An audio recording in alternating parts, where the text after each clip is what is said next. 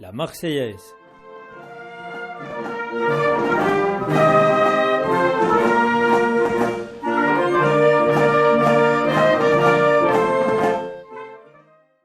Dépôt de gerbe au nom de la commune de Pont-de-Roi-de-Vermondans par Denis Arnoux et Bernard Eteveno.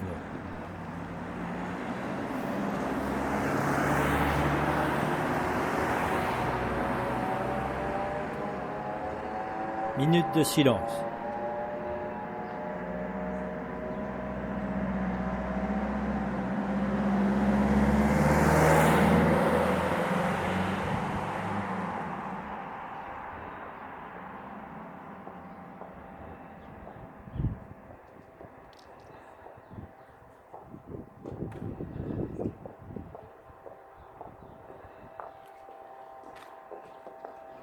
La parole est à Marianne Gouvier.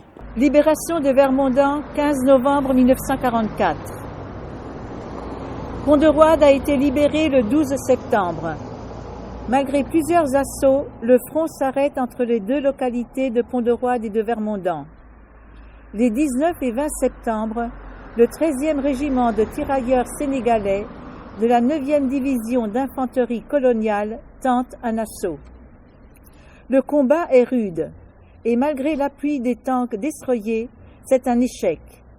Le 13e RTS déplore 40 tués et 50 blessés.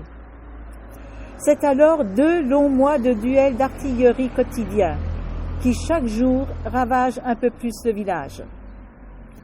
Les Allemands ont interdit tout départ de population civile, espérant que cela gênera les artilleurs français.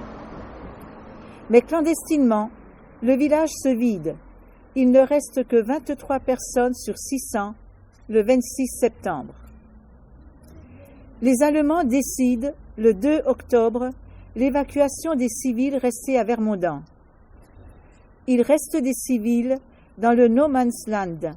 Les habitants du quartier du Chêne, situé sur la ligne de front, ne seront évacués par l'armée française que le 6 novembre.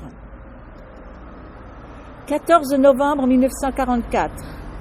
La première armée française repart à l'offensive. Le 15 novembre au matin, Vermondans est libéré.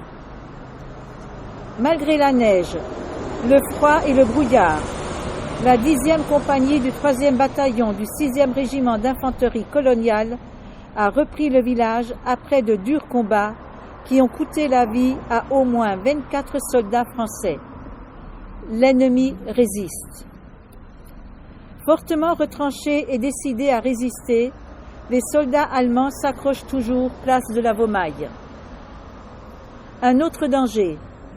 Le premier civil rentre à Vermondans le 19 novembre, mais il subsiste un terrible danger qui menace toujours.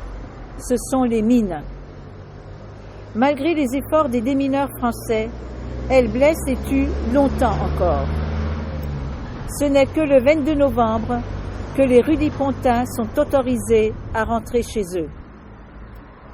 Le prix de la libération. 27 civils ont été tués dans les combats de la libération, 18 à Pont-de-Roide et 9 à Vermondans. Les durs combats, les 2 mois de duels d'artillerie ont fait de lourds dégâts aux immeubles des 2 localités. Il faut aussi déplorer les effets de nombreux pillages durant la période de l'évacuation.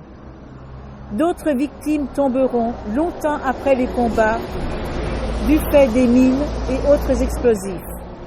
Ainsi, 5 enfants de Vermondans meurent tués par une grenade le 22 décembre 1944. Un habitant de Vermondans et 2 prisonniers allemands qui déminaient meurent le 18 mars 1946. Citation à l'ordre de la brigade. Vermondans a apporté au cours de l'occupation une aide efficace à la résistance et hébergé de nombreux réfractaires du STO et des prisonniers anglais. A eu 16 de ses habitants tués, dont 2 morts en déportation et 29 immeubles détruits. Cette citation comporte l'attribution de la croix de guerre avec étoile de bronze.